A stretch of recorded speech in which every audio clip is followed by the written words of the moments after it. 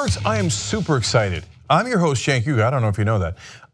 We've got an amazing show for you guys. Let me explain a couple of reasons why. Number one, tonight is the beginning of the NFL season. Dun, dun, dun, dun. That has nothing to do with anything except it's got me in a good mood. And I've got Brandon Cooks in the first game. Super excited. All right. Number two, we have devastating stories for you guys. We have Democratic victories. What is this? Trump compromises. So very serious stories, light stories. And then the first segment is going to be nothing but fun. But lastly, just as we gear up here, are you guys seeing this? That's Rosa Parks holding a resist sign. That is an awesome t-shirt. ShopTYT.com. I'm sorry, but it's happening. It's already on there. ShopTYT.com, men's, women's, different colors. It's like my favorite shirt of all time immediately, instantly. Sorry, hashtag not at all sorry. Let's go over here for the first story. Okay, let's start with a little bit of fun. Okay, Trump's going to North Dakota. There are some political implications here, but we are not going to cover that. Instead, we're going to have nothing but fun here. He apparently randomly brought Ivanka Trump because she apparently wanted to come. We're going to have a wonderfully awkward moment with Donald Trump here. Let's watch.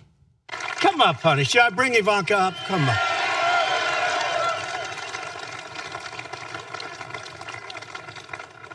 Sometimes they'll say, you know, he can't be that bad a guy. Look at Ivanka. No, come on up, honey. She's so good. She wanted to make the trip. She said, Dad, can I go with you? She actually said, Daddy, can I go with you? I like that, right? Daddy, can I go with you? I said, yes, you can. Where are you going? North Dakota. I said, oh, I like North Dakota. Hi, honey. That's so weird, man. You're such a weirdo. Please stop talking. She said, Daddy, can I come with? Oh, please, for Christ's sake, where are you going? But why did you want to go with him in the first place if you don't even know where he's going? Oh, yeah, North Dakota. We love North Dakota. By the way, Chief of Staff John Kelly, I'm going to make it slightly political, was on the trip, as well as Treasury Secretary Steve Mnuchin and a couple of senators, including a Democratic senator. They were making deals. She didn't care about North Dakota, so she didn't want to miss out on any of the political dramas going on the plane. Anyway, but she finally comes up. Let's watch. Hi, North Dakota. We love this state, so it's always a pleasure to be back here. No, they've never been there before in their lives. No, look, to be fair, I didn't look it up. Okay, were they there during the primaries and the general election? Maybe, probably. Have the Trumps ever traveled to North Dakota outside of a political context? Ain't no Trump Tower in North Dakota. There's no Sun Valley like there is in Idaho. There's no fancy places. We love North Dakota. I wish there was a reporter who said, oh, please, name me one thing you like about North Dakota. It's next to South Dakota. Okay, let's keep it going. You treated us very, very well in November and have continued to. So we like showing the love back. Thank you. Thank you, honey. Thanks, baby. Come. Yeah, stop it. Okay, by the way, why did you bring her up? We love you, North Dakota. Thank you. Thank you, Daddy. They are so weird. All right, not an important story. We don't need to go to DEFCON 1 or 5, whichever one's more important here. I'm just having fun, that's all. Have fun with me, go. That's it, I'm done with the story. I'm done with it, that's all there was. Okay, all right, next story. Okay. Apparently InfoWars has a reporter named Owen Schroyer. No, that's actually his name. As far as we know, but everything they do is fake, so you never know. And he went to an anti-Trump rally, and he went and talked to apparently women that were at that rally, and he decided to pick on a little girl. It didn't turn out well for him. Let's watch. How are you, young man? You're an idiot. Wow, who taught you that language? My mother. So your mother taught you that foul language? In the car. And why am I an idiot? Oh, wow. Oh, my gosh. That is, oh, my God. God bless her heart. Boy, did they have that coming. I don't know if she was mad at him because she knows what InfoWars is and she was afraid that that guy was 80% bear, 80% chicken, 80% gorilla. I don't know. Okay, although he looks like a humanoid. You got to ask Alex Jones about that. Or because what a dick. He comes up to a little girl and goes, what does she say? How are you, young man? So either way, he more than had it coming. God bless your heart. Now that's a true American patriot you just watched there in that little girl. That's all I got on that story. Nothing but fun, okay? Okay, I keep rolling, okay. So we have right-wing websites like Breitbart, and they from time to time will yell at the mainstream press and say, fake news! Now look, I think the mainstream press has a lot of issues, and we give what I view to be a legitimate critique of them, and I will point out facts and statistics and polls that show that they are wrong. That's not the direction the right wing goes. So instead they yell at the mainstream press and then they turn around and do stuff like this. They have an article now on Breitbart, and the headline is 2,139 DACA recipients convicted or accused of crimes against Americans. Okay, we're gonna break down how misleading that is in 1,000 different ways. First of all, let's just note that the piece sources previous articles by Breitbart. So do they actually have evidence that that's the amount of crimes that were committed by DACA recipients? They're like, our evidence for our Breitbart piece are our earlier speculative Breitbart pieces. And if you notice in the title, it said, convicted or accused of crimes. Really, you looked up accused of crimes. Okay, and it was super vague. All right, let's keep going. And then the writer, John Binder, says that this is a quote, a staggering amount. Is it? Is it? There's 800,000 DACA recipients. So we did the math because Breitbart, of course, doesn't believe in math. So percentage of DACA recipients convicted or accused of crimes, if you believe Breitbart and their earlier Breitbart pieces, is in reality only 0.26%. And that's not even true. But wow, your stunning revelation of staggering numbers was 0.25%. By the way, many different actual news articles have pointed out that actual American citizens are convicted of crimes at much higher rates. Staggering, but that's not even why I'm doing this story. That's usual nonsense propaganda for the right wing. I was more amused by the picture that accompanied this story, because I know they don't like fake news. I know it. So they had this picture up. Oh my God! Look at these DACA recipients throwing out gang signs. They look very dangerous. No wonder there's been a staggering number of crimes committed by these DACA recipients. If you haven't guessed by now, that is not DACA recipients. That is a photograph of members of MS-13 or Mara Salvatrucha. I cannot pronounce that. All right, that's an actual gang and a really, really dangerous one. So whereas dreamers are overwhelmingly 97% either in school or have jobs, incredibly productive members of society. A good percentage of them have started their own companies and hiring other Americans. 16% of them own houses. They are not pictured at all there. They're like, who cares? All we do is lie. Oh, the mainstream news. Oh, I'm so shocked and chagrined by their fake news.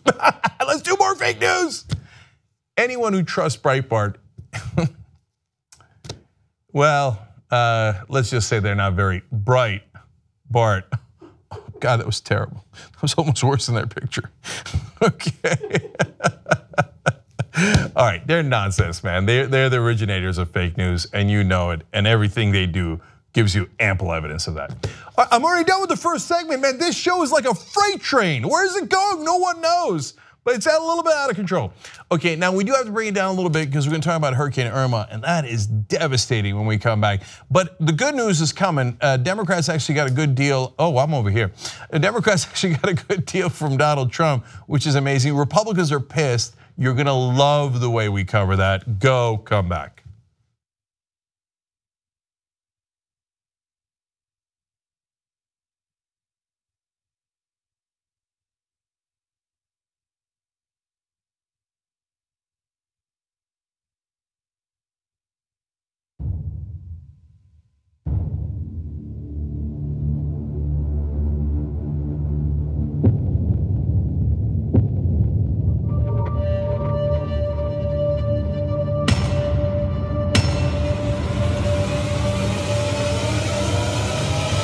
incredibly complex subject. Nobody knew that healthcare could be so complicated.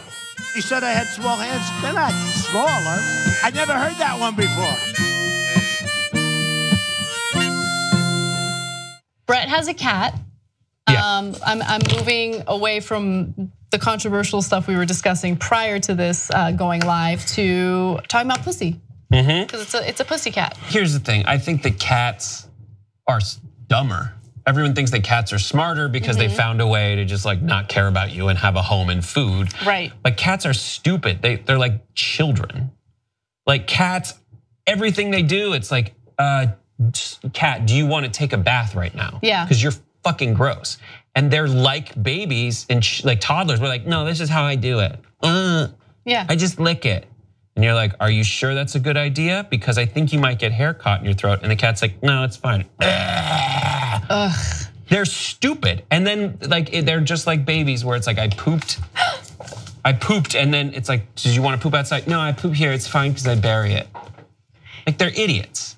They're like children. And then dogs are like husbands in sitcoms. Why? Where they're just like, listen, when do we eat? And I love you for that. Also, I'm gonna try to have sex with you. If you don't want it right now, just roll up a newspaper and hit me. That's so true. Although Charlie never tries to hump me, always tries to hump Christian. But you know what? What are you jealous by that? No, I'm not jealous. I just think it's interesting because I think Charlie might be a gay dog and I love him no matter what.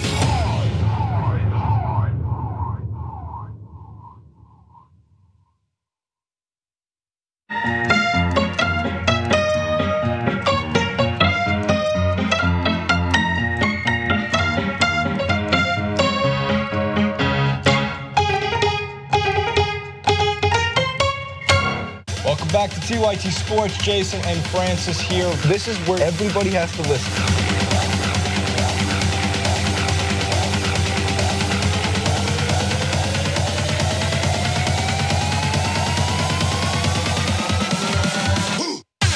Welcome to TYT Sports, everybody. I am your host, Francis Maxwell. Jason here. Welcome to TYT Sports. Turks and Jerks, TYT Sports. Steph Curry signed with Under Armour. Tom Brady's mad, by the way. Do you hear me? Back on TYT Sports! Actually, leave a link in the description box below instead of lying about leaving a link in the description box below. Editor, throw up another picture of the UK bacon. And another. And in fact, throw in another one. Let me see your belly. Beast mode.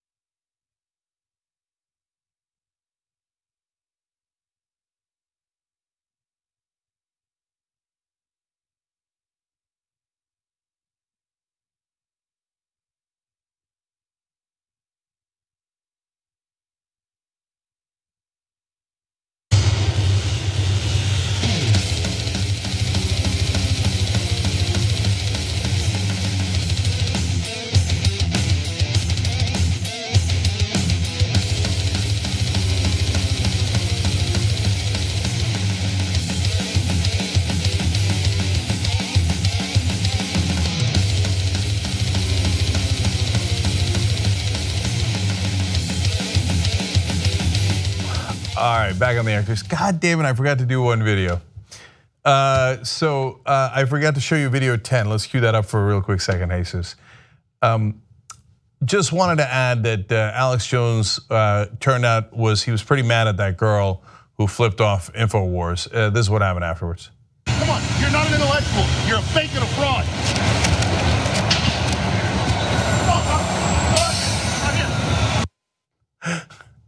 Idiot. All right, anyways, just having fun, as we're about to now.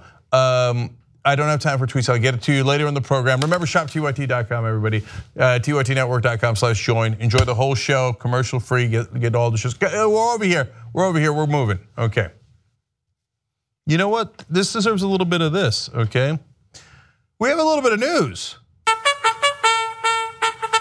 That's almost kind of good news. You know what we did?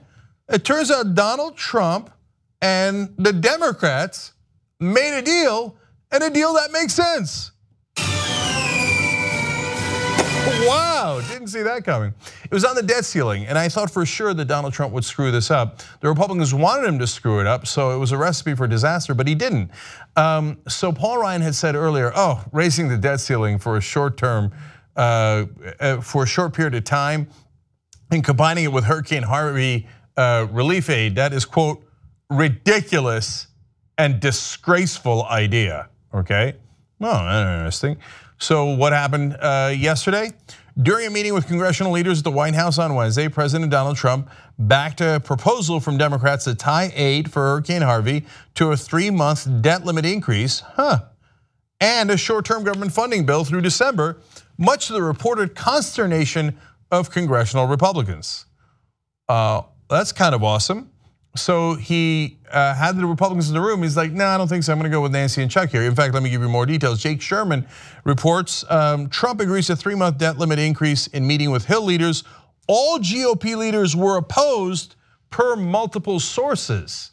Interesting. So the exact thing that Paul Ryan said was ridiculous and disgraceful is the one that apparently they made the deal on, even though there were Republicans in the room going, don't do it.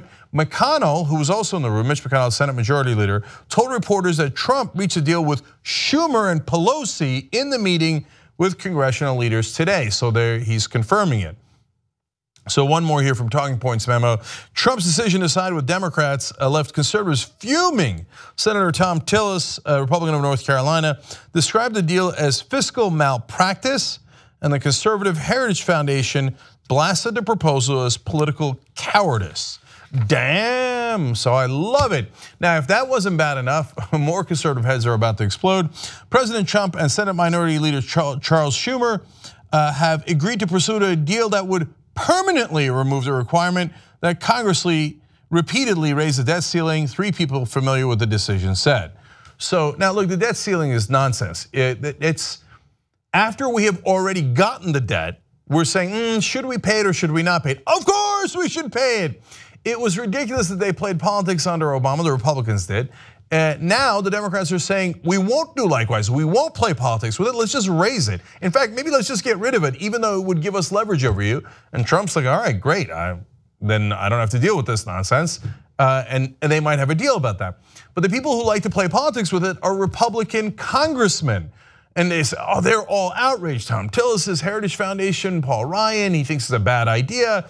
And the reason is every time debt ceiling comes up, they know that we have to lift it. Otherwise, it's going to destroy the full faith and credit of the United States and might mess with the markets completely. So they use it as a hostage to demand tax cuts for the rich, spending cuts for middle-class Americans, et cetera, et cetera. So when they saw that Trump might even do a deal, not only the deal he already did, but one to get rid of the debt ceiling altogether, this was their reaction.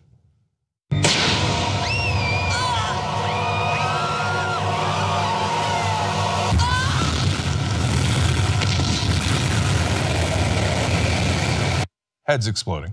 All right, more from the Washington Post now. The two, along with House Minority Leader Nancy Pelosi, agreed to work together over the next several months to try to finalize a plan which would need to be approved by Congress. Not only is he thinking of getting rid of the debt ceiling altogether, he's working with Chuck Schumer and Nancy Pelosi. Republican reaction.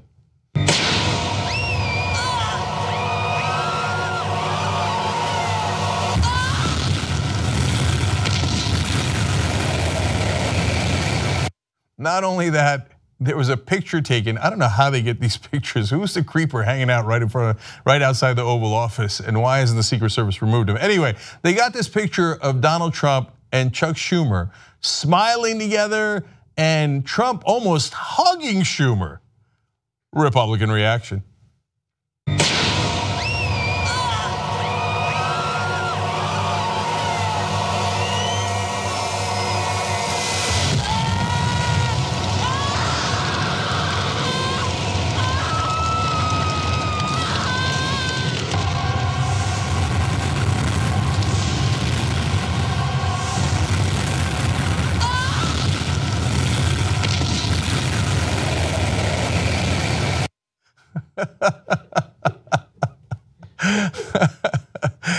Fun for everybody.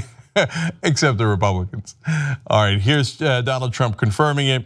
On Thursday, Trump was asked by a reporter at the White House about abolishing congressional process for raising the debt ceiling.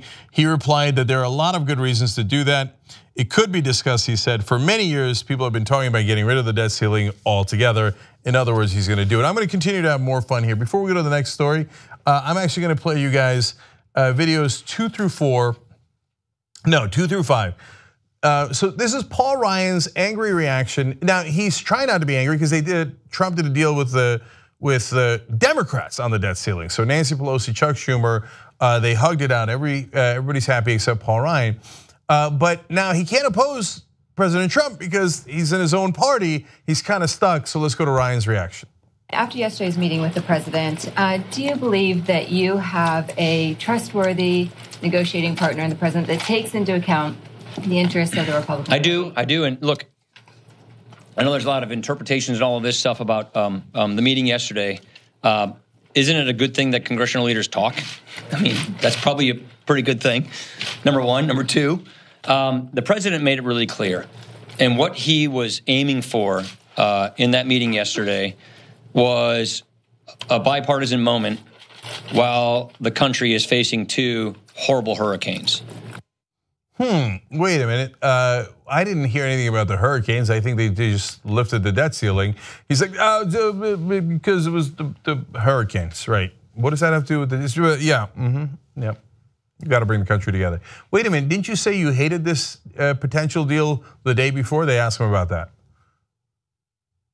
You described the plan to bundle Harvey relief with a raise in the debt ceiling as, I think, ridiculous and disgraceful. I'd be curious. No, I didn't describe it that way. I think you're putting words in my mouth. I described a short-term debt limit. Look, I'm worried about the credit markets and doing this on short-term basis. We can't keep doing it that way. I was making an economic point, which is, with respect to the credit markets, I think stability and longevity are key. So you did not call it ridiculous and disgraceful. That's putting words in your mouth. Really? Let's go to Paul Ryan from yesterday. I think that's a ridiculous idea. I hope that they don't mean that. Let's just think about this. We've got all this devastation in Texas. We've got another unprecedented hurricane about to hit Florida, and they want to play politics with the debt ceiling? And then they also want to threaten default on our debt? I think that's ridiculous and disgraceful that they want to play politics with the debt ceiling at this moment when we have fellow citizens in need to respond to these hurricanes so that we do not strand them. God, I love catching politicians in lies. It's my favorite thing in the world. So the day before, he's like, to combine Hurricane Harvey with lifting the short-term debt ceiling, that is outrageous, ridiculous, and disgraceful. Today, that's exactly what they did. And he's like, me? Did I call it ridiculous and disgraceful? No, we had to do it because of the hurricanes. You just said it was a terrible idea to do it in the middle of the hurricanes. Okay, you're putting words in my mouth. I didn't say ridiculous and disgraceful. Really, one more time. You described the plan to bundle Harvey relief with a raise in the debt ceiling as, I think, ridiculous and disgraceful. I'd be curious. No, I didn't describe it that way. I think you're putting words in my mouth. You know what? I'm going to do it in one more. Go back to yesterday one more time, video 4. Did we put words in his mouth, or did he actually utter these words? Let's watch. I think that's a ridiculous idea. I hope that they don't mean that. Let's just think about this. We've got all this devastation in Texas. We've got another unprecedented hurricane about to hit Florida, and they want to play politics with the debt ceiling?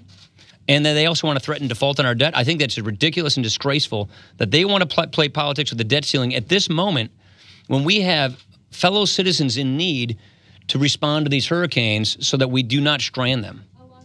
Oops. So even though he didn't want it, that they made that deal, and that's why you saw him like, oh, jeez. No, I didn't say that. The Marco Rubio moment for Paul Ryan. Okay, got you, big guy. I don't know if you know this, you're on tape, and you didn't say it years ago, you just said it yesterday. Okay, we're moving on. Let's go to Dream On.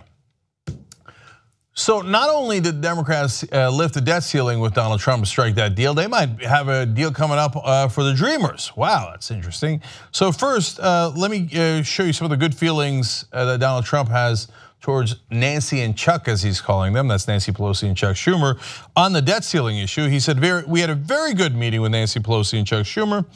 And political reports, Trump appeared to give Schumer something of a man hug in the Oval Office as grimacing aides looked on. I love that description. So now, when it came to the idea of the DREAM Act, so Trump said, hey, I'm gonna end the executive order of Obama on DACA, but he held out a very slim hope in the beginning that, hey, maybe Congress will do something, and if they do, I'm not saying that I'm gonna be opposed to that bill. Well, it turns out Nancy Pelosi might have actually talked him into it. And she said, I was telling my colleagues, this is what I asked the president to do, and boom, boom, boom, the tweet appeared. And look, I don't want her to glow too much because I actually want it to happen, but let's look at the tweet now because I think she's right about that. And it says, Trump then tweeted, for all those DACA that are concerned about your status during the 6-month period, you have nothing to worry about, no action. Okay, so look, you can't trust anything Donald Trump says, so I'm not gonna go and have a party over it, but it does appear that Nancy Pelosi asked him to tweet something, and he did. It was something positive, which is shocking. And so Pelosi then went on to say the president said he supports that, the DREAM Act. He would sign it, we have to get it passed, that's a priority. So what was conservative reaction to that? Okay, wait, should we do it one more time? Let's go to video 11.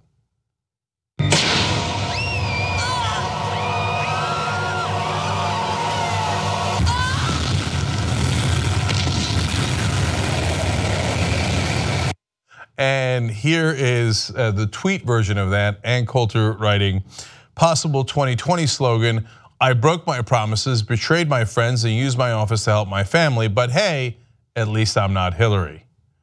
Damn, shots fired. Fascinating turn of events for at least on these two issues for at least these 2 days. Apparently, Donnie is now tight with Chuck and Nancy, and conservatives are seething mad. Let's hope it keeps up. So, hey, by the way, credit to the Democrats.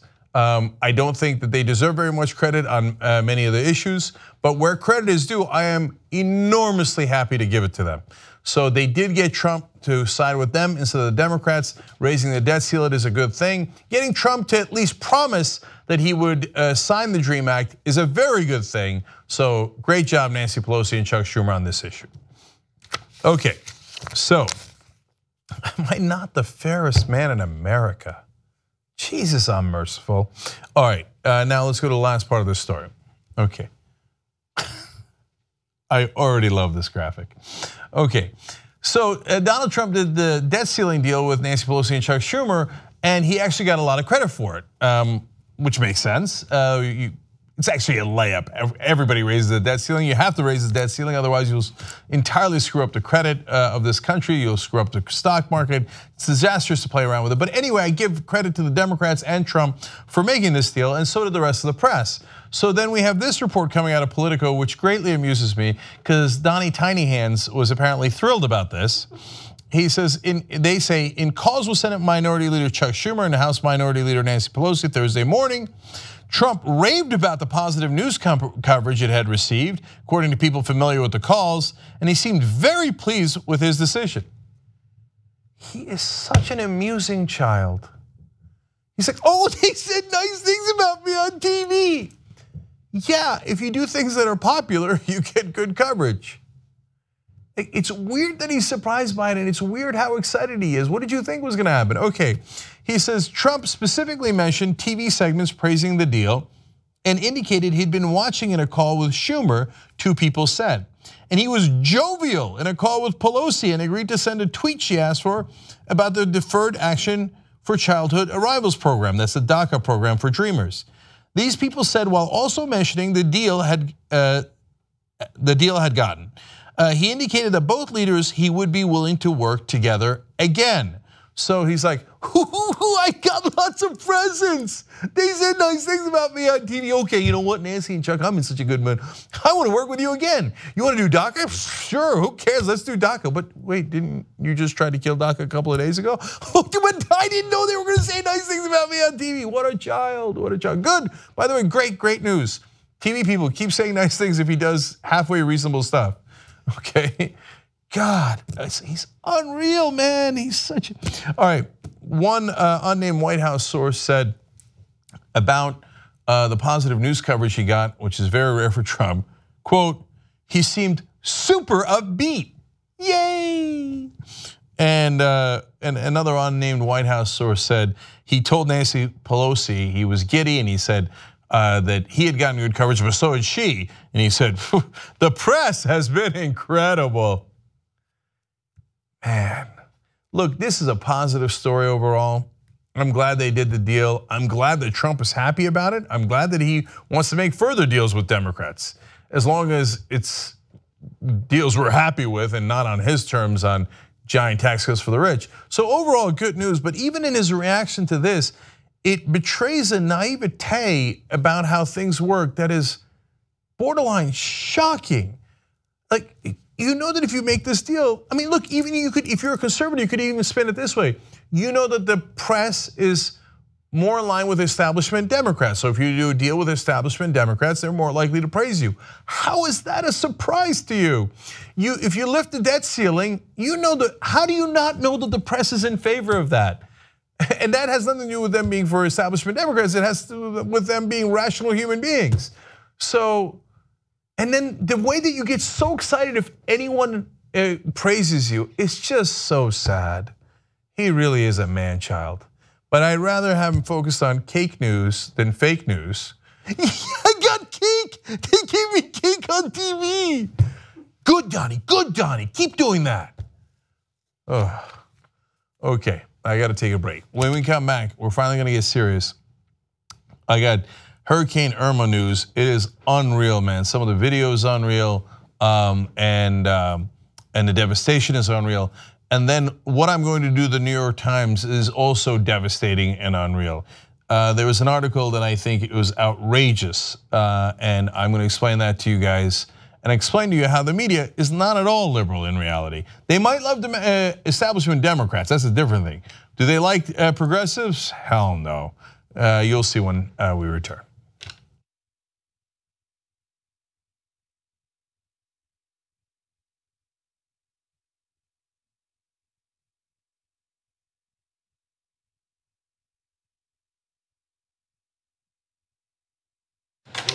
I just shot a clip. It's time sensitive and it needs to be edited right now.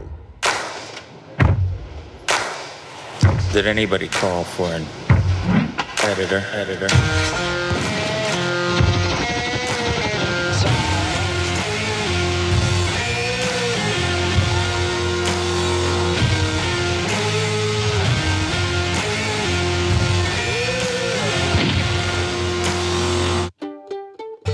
Need this in an hour. But you're an editor too. Fuck you.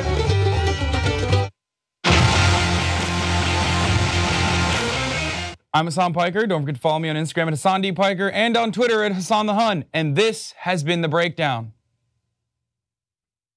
Was that good, guys? Okay. Not enough hashtag use. Hashtag abs, hashtag model, hashtag woke bay. Hashtag one black friend. I'm thinking more rings. I got him here. You need more accessories. Way more accessories. I don't know where to put it. Come on, throw these on. Woke bay, not sleep bay. More sexy too. When's the last time you posted on Instagram? Too long. Come on, man. No, you need to post at least once an hour. What's the outfit of the day today? Is this what you're going with? No. We need more accessories. We need. This doesn't have anything to do. It doesn't. For your gay audience, man. Yeah, the gays love you, man. Okay. What else? What else do I need to do? You haven't appropriated a culture in a week. We have like a kimono or something. Damn, that looks good on you, dude. Perfect. How many rings you got on? Do we have any more? I got 3 more. Yeah, can we get more rings on this? And when you're done, kiss the ring. Look at the camera. Kiss the ring. Maybe like a little wink. Islam's role in terrorism and all the Huffington Post articles weren't doing well. I wasn't. How many likes did our last outfit of the day picture have? Only like 10, 100,000. So I think that's where your focus needs to be. I hear you on all the blah, blah, blah social issue. We need to focus on followers. Kids in Yemen. We don't care if you sleep at night. Dab, dab. Okay, I'll dab. There you go. More. Talk about yourself more. I'm Hassan Piker. Don't forget to follow me on Instagram. Yeah, be more into it. Instagram is important for me. Americans losing access to healthcare coverage. I hear you. Attack Tommy more. I've done it so many. She shoots out of her living room now. It's like punching down now. We're okay with that. But it helps the brand. We made you. We got you verified. You're nothing come without on. us. So I don't know what else I need to do here. Dude, just take off that shirt. That's exactly why Tommy Lauren is stupid. I hate you. I'm Hassan Piker. Follow me on Instagram. #WokeBay. #WokeBay. Please follow me. Please.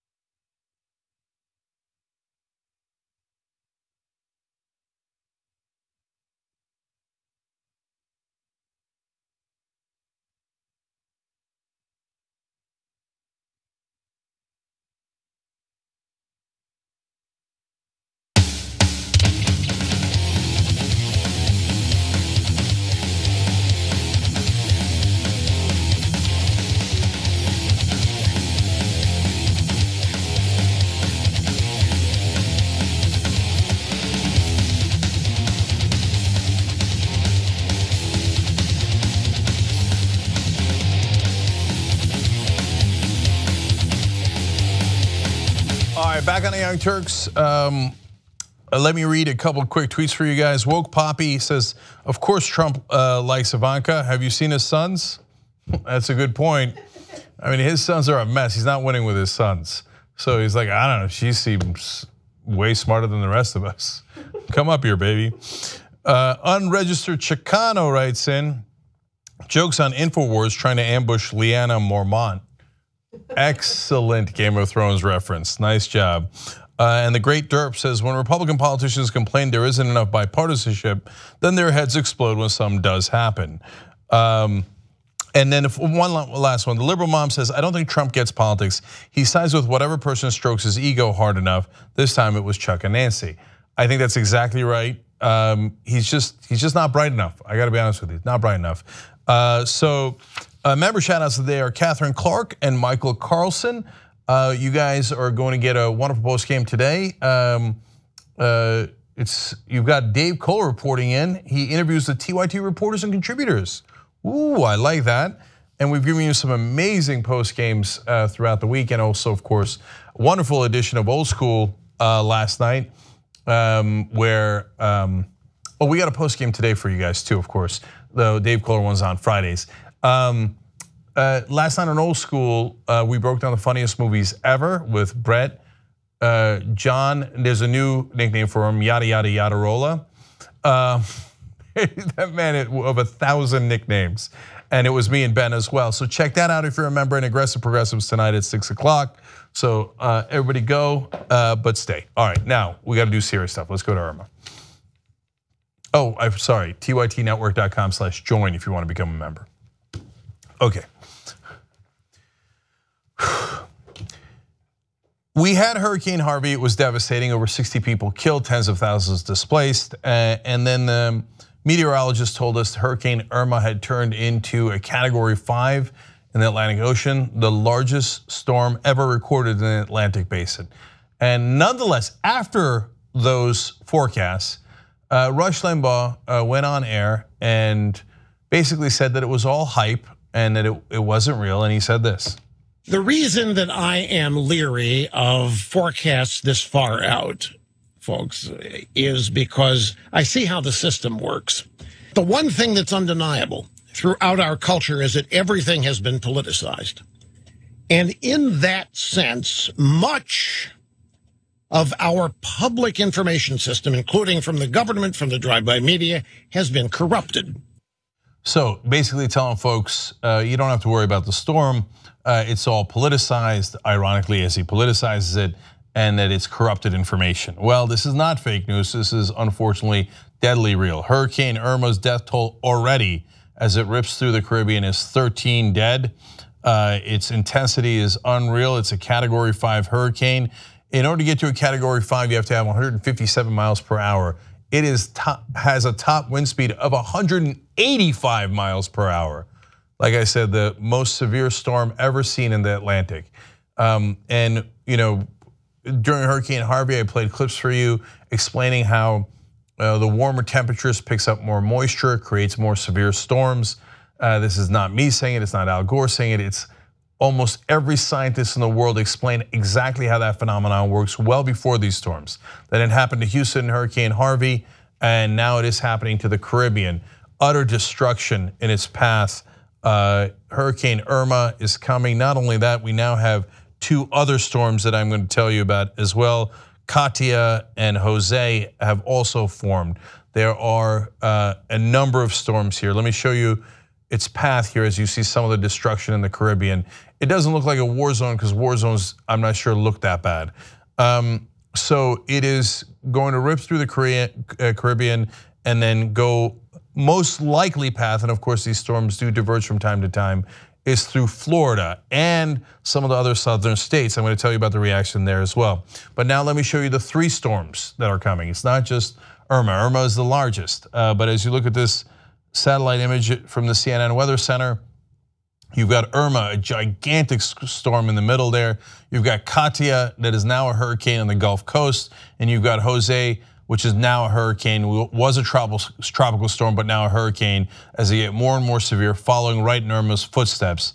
This is an unbelievable punch after punch after punch. It was Harvey, now three more all at the same time. CNN explains further, Irma is one of the three active hurricanes in the Atlantic Basin. The last time this happened was in 2010. The others are Jose in the open Atlantic, far to the southeast of Irma, and Katia in the Gulf of Mexico. Sometimes you'll hear insane right-wing talking points about how, oh no, we haven't had a hurricane in 12 years, so the climate scientists weren't right. No, there's hurricanes all over. The question is, do they hit the United States of America? But in their limited vision, they're so short-sighted, so self-centered. If it doesn't hit America, it doesn't really count, and climate change isn't real. Does it look fake to you right now? Yes, these are real pictures, real videos. This is actually what's happening with Hurricane Irma. It is unreal. So it's amazing, and yes, in this case, unfortunately, it looks like it's going to hit us as well. Puerto Rico, they say 1 million people might lose their electricity and power and not get it back for a month. Okay, around 2 p.m. Eastern, Irma was moving west-northwest with maximum sustained winds of 175 miles per hour. Irma previously had winds over 180 miles per hour, keeping those speeds longer than any storm ever recorded in the Atlantic Basin. Now, we believe that it is going to hit the United States eventually. We're not the only ones who believe that. It is actually Republican governors and all the governors in the South who believe that. Florida is not the only state preparing for possible impact. Georgia's governor, besides ordering coastal evacuations from Saturday, declared a state of emergency for 30 counties. North Carolina Governor Roy Cooper and South Carolina Governor Henry McMaster also declared states of emergency. Cooper's a Democrat, but the rest of them are Republicans. So, and by the way, Rick Scott in Florida, who declared a state of emergency, has banned his officials inside the state from using the words climate change. Whether you ban the words or not, it's still a reality. So you can't get rid of the concept just by banning the words. And by the way, what is that? That is the literal definition of political correctness. Climate change might be scientifically correct, but in the state of Florida, it is not politically correct. So you're not allowed to utter the words if you work for the state. But you've got to prepare, because whether you say the magic words or not, it's coming. And they know it. That's why they've declared a state of emergency in all those states, despite what their right-wing propagandists say. Now, if you think it's bad for us, it's much worse for some of the countries in the Caribbean. Let's go to the Bahamas. The Prime Minister of the Bahamas says this is the largest such evacuation in the history of our country.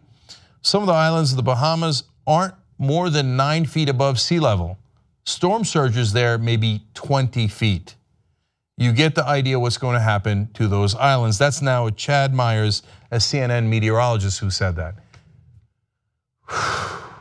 If they're only 9 feet above sea level and the sea surge is 20 feet, it doesn't take a meteorologist to do that math. This is going to be terrible. And Barbuda is already hit and in utter destruction.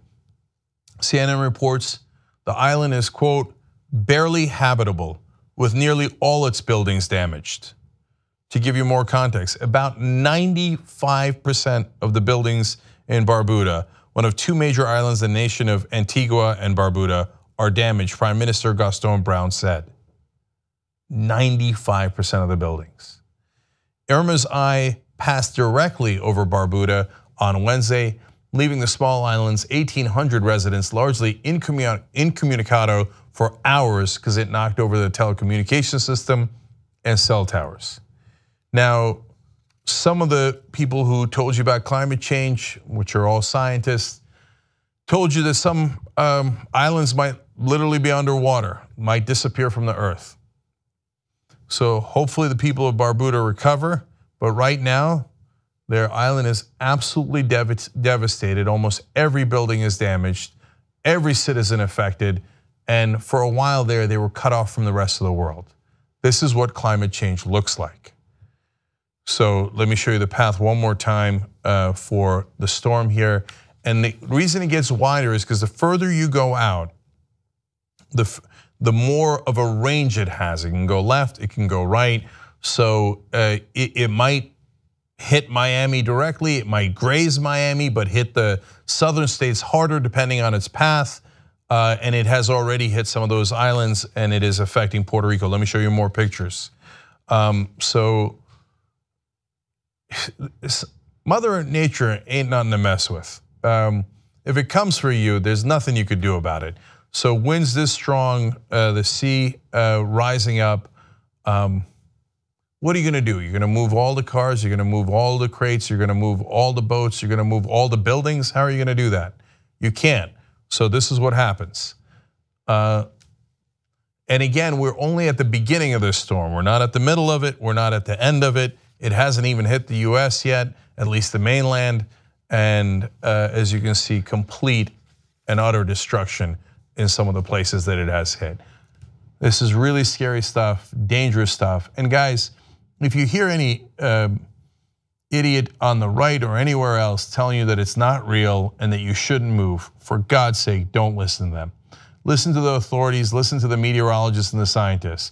If they say it's headed in your direction, get out. Save yourself, save your family. And like I said, even the Republican governor of Florida now saying, look, don't worry about your house. We can rebuild your house. We can't rebuild your family. You gotta go. So listen to exactly what your local authorities are telling you to do and follow up. But I will end on this note. One part of the path of the storm goes through here. Let's pull this up now.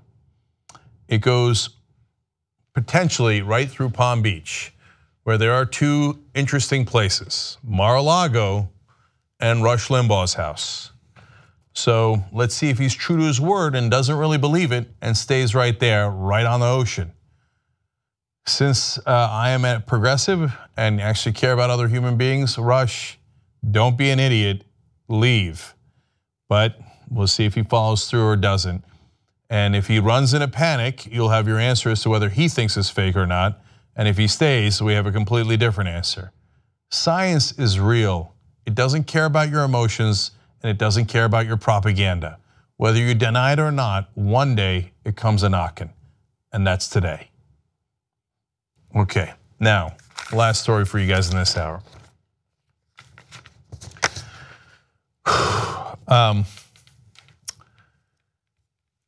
There's a huge difference between the right wing and the left wing. The right wing wants to destroy the mainstream media and replace it with its own propaganda. We on the left want to improve the media. So we give from time to time a constructive critique of what I think that they're doing wrong. This is one of those instances. John Herman from the New York Times wrote an article that I think was terrible, shoddy journalism. And the reason for that, and the reason why it got printed and the editor signed off on it, and the New York Times was happy to run it, is because the mainstream media has internalized the right-wing propaganda that it is liberal media. So they do not want to cover the left. They do not want to give it credence. But every opportunity they get, they hype up the right. Oh my God, Rush Limbaugh. Oh my God, Fox News. Do they ever give you proper context? Has anybody ever actually tracked how many listeners Rush Limbaugh has? No, they take this the word of Talkers Magazine, which itself admits that they're making the number up. The mainstream press gives Rush Limbaugh so much more credit and power than he deserves. No one has ever bothered to verify his numbers. Glenn Beck, no one bothers to verify his numbers. He said he had 300,000 subscribers when he launched The Blaze. He says he has 300,000 now. Many years later, which one is it? Did you not gain a single subscriber or lose a single subscriber? Nobody ever checks because they go, oh, Glenn Beck, oh, Rush Limbaugh, Fox News. Oh my God, everybody has to listen to Fox News. Do you know the average age of Fox News viewers is 68 years old? They give them way too much power and respect. But when it comes to the left, they literally refuse to cover it. So this is an example of that. So in this article, their thesis of the New York Times was that the YouTube is dominated by the right wing. It is preposterous and completely incorrect, as I will show you the numbers in a second. Let me quote the article for you. They say YouTube is host to just one dominant native political community, the YouTube right. How could you possibly say that with a straight face? Did you not do a single shred of research for this? So they take, for example, these smaller outlets. I've never even heard of Black Pigeon Speaks, and they say BPS, Black Pigeon Speaks, has by any objective standard a significant and engaged audience at the moment. He has about 215,000 followers, and his uploads have been viewed more than 25 million times. Great. If you think that's a significant following, I assume the New York Times will be writing endless stories about us every single day, because we are so much larger than that. I'm not sure I could do the math on it.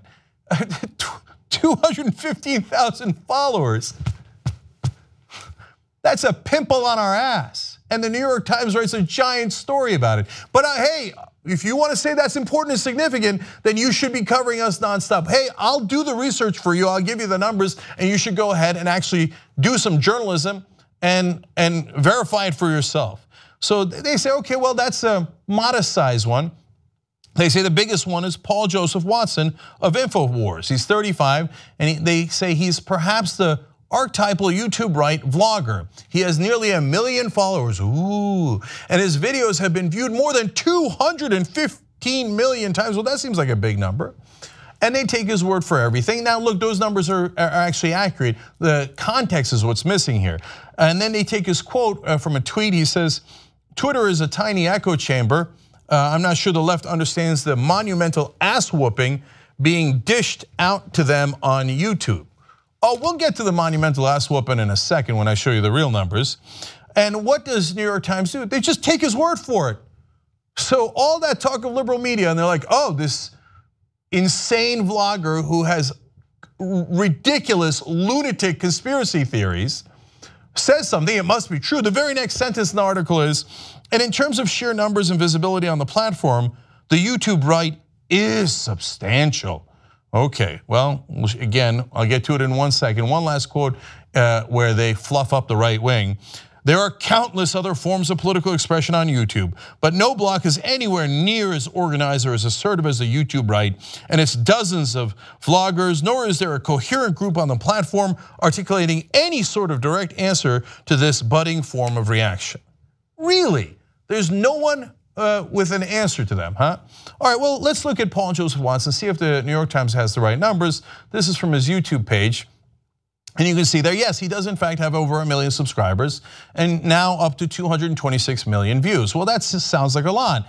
And if you're a mainstream reporter and you've never ever seen YouTube and you can't do your job, you might go, well, I gotta write an article about that and then I'm done with it.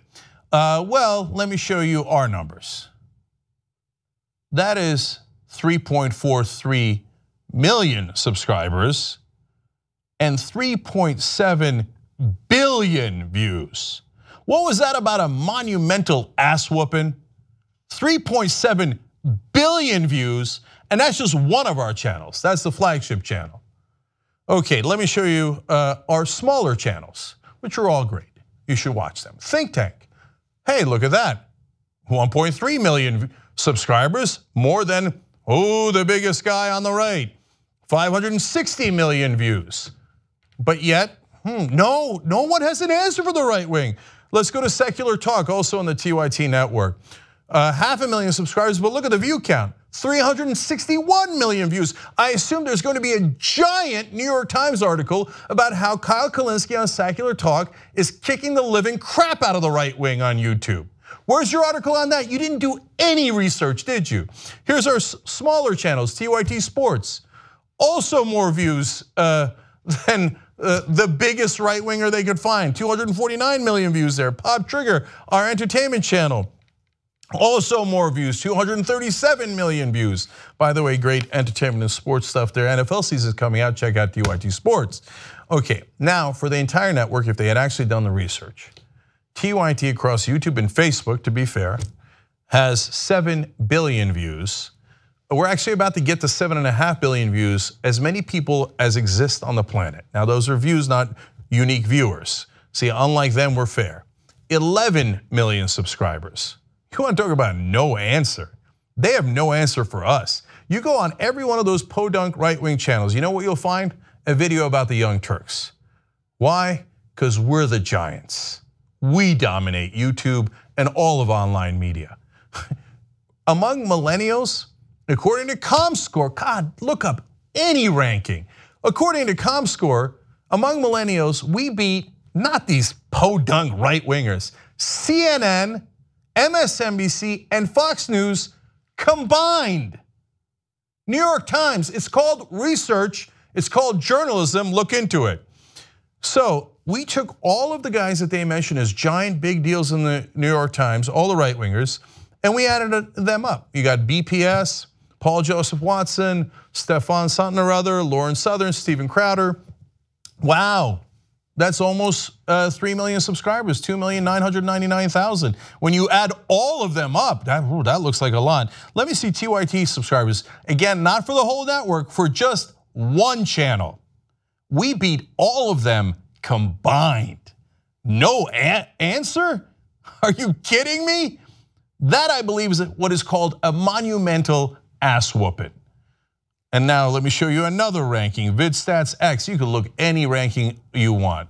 Hey, look at that, who's #1 on YouTube in the news category? The Young Turks. #2 is ABC, and then you have CNN at #5. Wait, there's a guy I see down there. To be fair, there is another conservative / conspiracy theorist. He's kind of in a planet of his own. But show me the next slide there. Oh yeah, all the way down at #10, Alex Jones. And that's their father figure. That's their big daddy, down at #10. Congratulations, Alex, you made the list. New York Times, I know that you have disdain for the left wing. You never want to cover the left wing. It's true for all the mainstream media. The Tea Party does something, they go ballistic. Left wing does Democracy Spring, the most amount of arrests in Capitol Hill history because of civil disobedience on getting money out of politics. Thousands of people arrested, an amazing moment, no coverage. I asked one of the cable news hosts, and I said, if the Tea Party had broken the record for most arrests at the Capitol, would you have covered it? And he begrudgingly said, yes, of course we would have covered it. Because if the right wing does something, the mainstream media goes, oh, we're not liberal media, right wing, you're so great, you're so amazing, I won't check your numbers, I won't check any context, right wing, right wing, right wing. When the left wing does something, when progressives in this country do something, it is met with enormous disdain and no coverage at all. So unfortunately, in this one case, this was the definition of fake news. New York Times, I know they hate you, but we actually want you to do better. This was not better, this was terrible. Young Turks.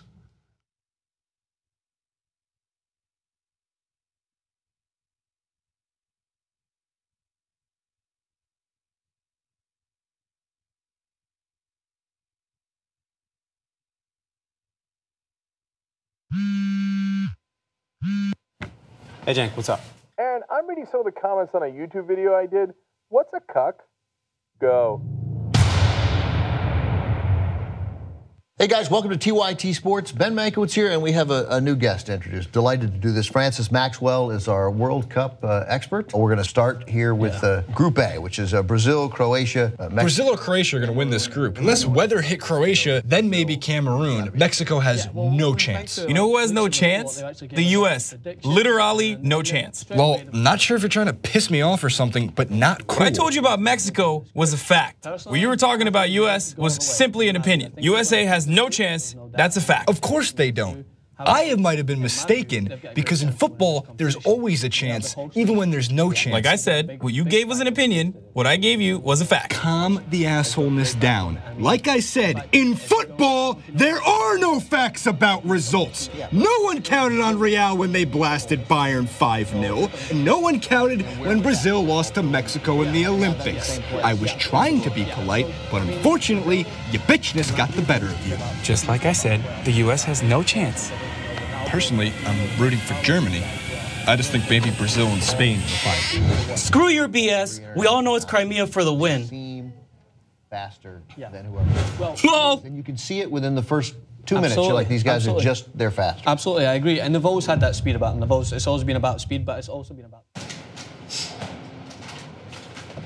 Hey, Elle, I can't remember. Is there a specific blur we use for Miley Cyrus's butthole? Is it like a Gaussian or a mosaic or a compound?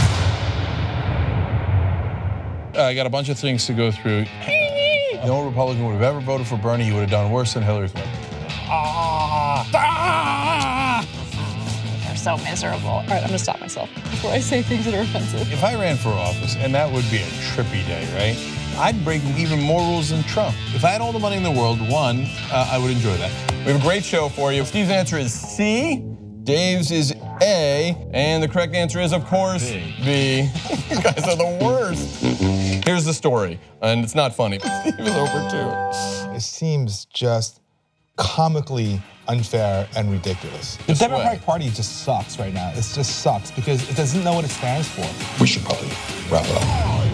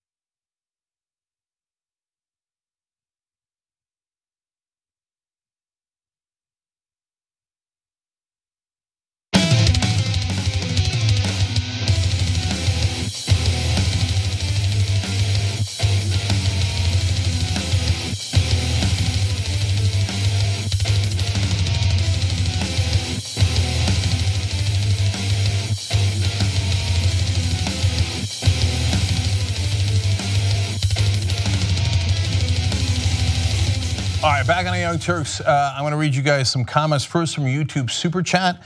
Patrick Seguin writes in, Jank, you rock. Well, thank you, Patrick. You're very nice for saying that. And Deadpool TY Interwebs writes, #banana. Okay, but God bless your heart. Every time you use YouTube Super Chat, you do help the show. Daniel Button writes in, love your show, Turks. Never miss it.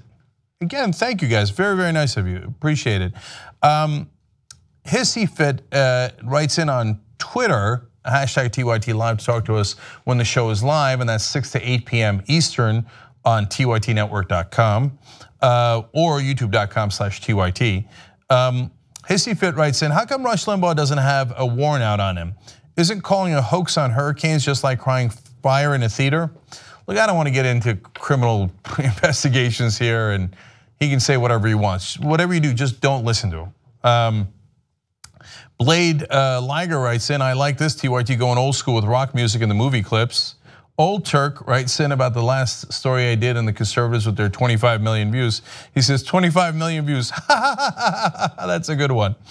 And then this is jumbled here, but somebody wrote in, Kyle Kalinske is always kicking ass. Well, I agree with that as well, brothers and sisters. He's doing a great job. You should definitely check out Secular Talk. You should also check out shoptyt.com for this shirt. Resist with Rosa Parks, the original resistor. And then look at what Casper's got over there. Yeah. Covfefe. Every time I wear that shirt, I get comments. Every time. In fact, in the postgame today, I'm going to tell you more fun stories from from jogging. When I go out jogging, what people say to me. Oh, okay. Okay. I was going to say, like, no one wants to hear about people's workout routines. Oh, no. I'm not going to bore you. Okay. It's fun stories about what people shout at me. Okay. All right. tytnetwork.com/join to become a member to hear the postgame. All right, Casper, what's up? All right, let me just fix my FB. Okay, got it. Secretary of Education Betsy DeVos made an announcement today that did concern quite a few victims of rape and sexual assault. She is scrapping a memo sent out by the Education Department back in 2011 under the Obama administration, which essentially directed schools that receive federal funding on how to deal with accusations of campus sexual assault, harassment, and rape. Now, Betsy DeVos had hinted that she planned to do away with the directive, and she has done so today. First, I want to go to the video where she announces part of the reason why she made this decision. Take a look. One rape is one too many. One assault is one too many. One aggressive act of harassment is one too many. One person denied due process is one too many. There is no way to avoid the devastating reality of campus sexual misconduct. Lives have been lost. Lives of victims and lives of the accused. And we're here today because the previous administration helped elevate this issue in American public life. But good intentions alone are not enough. Survivors, victims of a lack of due process, and campus administrators have all told me that the current approach does a disservice to everyone involved. Break down what the approach was under the Obama administration. I'm sure some of you might have seen some coverage of this on other outlets, and none of them actually delve into the details of what the Obama administration called for. And Betsy DeVos makes some pretty heavy allegations against it, indicating that the definition for sexual assault was too broad. No, it wasn't. It was actually pretty specific. Now, it's not to say that it didn't have some problems, and we will get to those problems in just a second. But I want to be clear about one thing. Betsy DeVos is coming from a place of, hey, you know what? We're being really unfair to those who are accused, okay? So she is essentially turning the accused into the victims here, when in reality, the biggest problem that led to the Obama administration putting out that directive was the fact that in many cases, universities and college campuses refused to do a proper investigation or investigation at all when a student accused another of sexual assault or rape. So that was when the federal government got involved. So important context here. When she says the rights of the victims and the accused have to be balanced, That's not a controversial statement. Should the accused have rights? Of course, it's America. Of course they should have rights. The question is, what do you emphasize? When the overwhelming majority of the cases turn out to be true, and you then start calling it 50-50, I'm not sure you've got your priorities straight. It's not to say that the accused shouldn't have rights. Of course they should. But once you give them rights and it turns out they are guilty, and you treat it as if it's a 50-50 situation when the stats don't bear that out, that's a huge problem. The second problem is that the colleges and universities have an incentive to cover this stuff up because it makes them look bad, which then affects the people that apply, the people that come, it affects their funding. So that goes to the core of what they care about. And this doesn't acknowledge that at all. In fact, it takes the thing that acknowledged it and said, hey, don't brush this under the rug. Make sure you're treating it proportionally and in a truly and correctly balanced way, and says, no, let's scrap that. Let's not do that at all. Right, so let me be absolutely clear about one thing. Obama's directive, or the Education Department's directive under the Obama administration, made clear that the investigation did have to be impartial. So what you just said about, yeah, so she makes it seem as though the Education Department under Obama came out and said, no, as soon as someone's accused, they're guilty, that's it. No, it said, that's ridiculous. Hey, you need to investigate it, okay? You need to be impartial as you do this investigation. And look, there is a different burden of proof when it comes to a criminal case. So if this alleged rape, for instance, goes to trial and it is a criminal case, the burden of proof is much higher. That person needs to be found guilty beyond a reasonable doubt because that is a serious allegation and you're talking about a criminal offense. When it comes to a college campus though, they're not lawyers, there's no judge, this is not a criminal system. This is a university making a decision as to whether or not this rape happened, and if it did happen, has it created a hostile environment that distracts the victim from learning and feeling comfortable on campus, and then the university decides what it should do. But again, the burden of proof is a little lower for the universities because we're not talking about a criminal case, we're talking about a university in doing their own investigation to figure out what's best for those involved. All right, one more piece of context, because if you're saying, aha, I knew it, it's a lower burden of proof, that's they're railroading these guys. It should always be an incredibly high burden of proof. No, there's different contexts. For example, civil trials. Civil trials don't require you to be 98% certain, 99% certain. They just require you to be 51% certain because you've got to decide who's right, who's wrong. So you might or might not remember this. So OJ, of course, got acquitted. Everybody remembers that in his criminal trial. But then the Goldman family, who lost their son, sued OJ in a civil trial.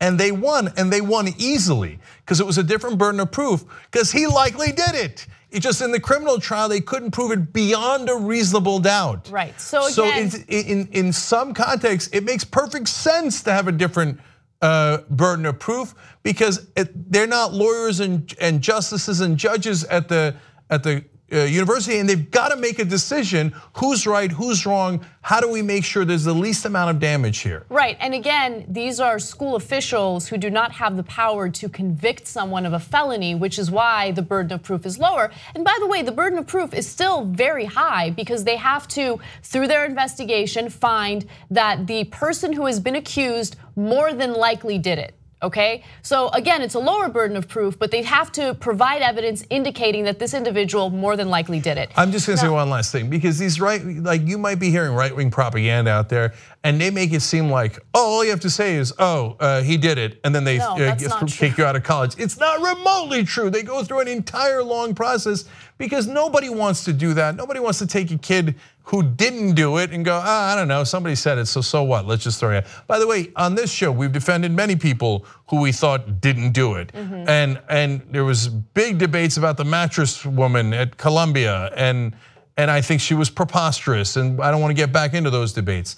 Of course, as progressives, we value the rights of the accused. But you also have to make sure that you're protecting the women on campus and men if they're being sexually assaulted. Right, and there is a percentage of men who do face sexual assault on campus as well. So this isn't just a female victim issue. Now, back to DeVos, I want to go to graphic 3 to give you a better sense of where she stands on this. She says that those that use a system bias toward finding a student responsible for sexual misconduct are also committing discrimination. DeVos suggests that the definition of sexual assault is too broad and too many cases involve student and faculty simply for speaking their minds or teaching their classes. That is patently untrue. And again, I'm gonna reiterate, if you've seen coverage of this story anywhere else, they never get to the details of what that directive said. So it was 20 pages long. I wanted to make sure I read every word to really understand it and give you guys the facts. So let's get to that. Okay, sorry, one last thing there, because that statement shows you what DeVos is about. Because when she says, let's be balanced, that there's no harm in saying that, of course you should be. But when she says that you could be accused for just saying words, that's just not true. That shows you she has bad intent. She's purposely lying about what the policy says. Look, I was a conservative when I was on college campuses, and I remember one time somebody said that I should not be allowed to speak in class because I was such a large man that my words intimidated them. Okay, so I fought that nonsense. And by the way, you know what the liberal dean said at the college? That's nonsense. Of course you're allowed to speak. Doesn't matter how large you are. I mean, how preposterous. We're never gonna agree to stuff like that, but that's not what the policy does. DeVos is lying about it. Now here are the relevant portions of the memo sent out by the Education Department back in 2011. Now they did define sexual violence rather specifically. They said sexual violence, as that term is used in this letter, refers to physical sexual acts perpetrated against a person's will or where a person is incapable of giving consent due to the victim's use of drugs or alcohol. An individual also may be unable to give consent due to an intellectual or other disability. So that is what we're talking about there. And I don't know, I mean, I don't consider myself that smart, but I understood the specific definition laid before me that describes exactly what the sexual violence is and what the university is expected to investigate should a complaint come forward. Now, you know, maybe she's twisting it on purpose. Well, if the woman says no and you rape her anyway, and then they say, well, I mean, what are you just punishing the guy for language just because she said no? He was supposed to stop. Is that the point of her mentioning language? I mean, come on, man. So let me give you more. They have bad intent, they really do. Sorry, go ahead. So what did this letter tell universities that receive federal funding? What did they tell them they need to do? Okay, so they laid it out. Here are the bullet points. Disseminate a notice of non-discrimination. Essentially, let everyone on that campus know we're not gonna discriminate against you based on your gender, your sexual orientation. That is standard Title IX requirements. So there's nothing controversial about that. Designate at least one employee to coordinate its efforts to comply with and carry out its responsibilities under Title IX. So just hire one person who actually carries out the responsibilities of Title IX, one person. Well, if you're gonna change that, I know you're not gonna go up. The only other number is 0. So is that a balanced approach? Ridiculous. Adopt and publish grievance procedures providing for prompt and equitable, I'm gonna repeat that again, equitable resolution of student and employee sex discrimination complaints. Okay, so where is this like overburdensome for universities? Because again, the reason why this letter was sent out by the Department of Education was because there was an increasing number of women coming forward and alleging that their universities refused to even investigate it. And so what the Education Department said was, hey, look, we want you guys to do a thorough and prompt investigation and find a solution or resolution, okay? You have to do that because you don't want to create an environment where students don't feel safe. Now, here's another thing that I want to read to you, and again, this is exact wording from the letter that was sent out. The school's inquiry must in all cases be prompt, thorough, and impartial. In cases involving potential criminal conduct, school personnel must determine, consistent with state and local law, whether appropriate law enforcement or other authorities should be notified. Oh, this is just, I mean, look, it's just, they're gonna find people guilty immediately as soon as they're accused. That's what this letter is all about. Anna, Obama administration, by demanding impartiality, obviously meant be biased. No, but here's the thing, okay? This administration, this current administration, just wants to undo anything that Obama did, right? It doesn't matter if the Obama administration had executive orders or passed or pushed for legislation that made sense and actually made people's lives a little better. Doesn't matter if it's climate change, doesn't matter if it has to do with sexual assault on college campuses, doesn't matter if it has to do with the LGBT community being allowed to join our military. Doesn't matter how much sense those policies made.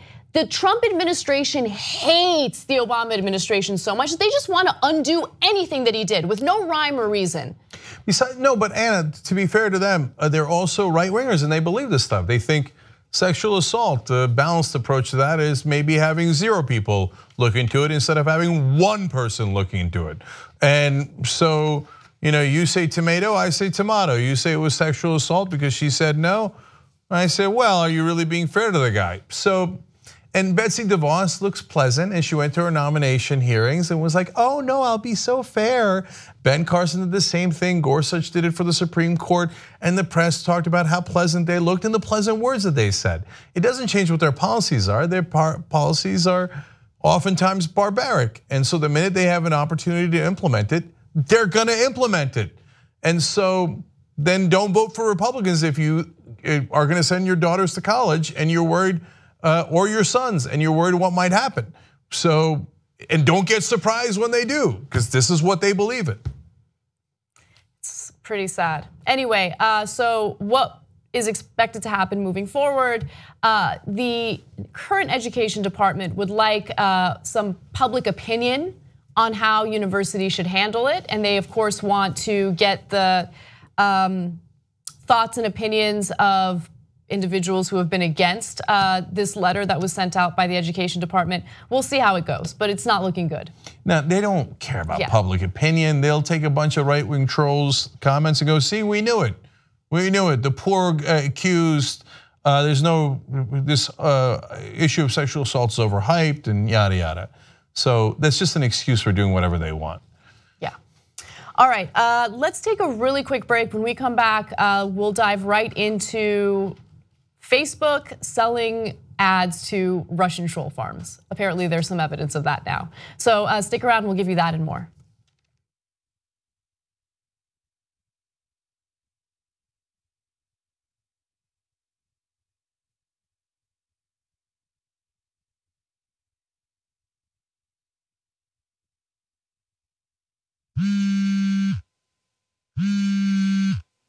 Hey Cenk, what's up? Aaron, I forgot my email password. What is it? PASSWORD.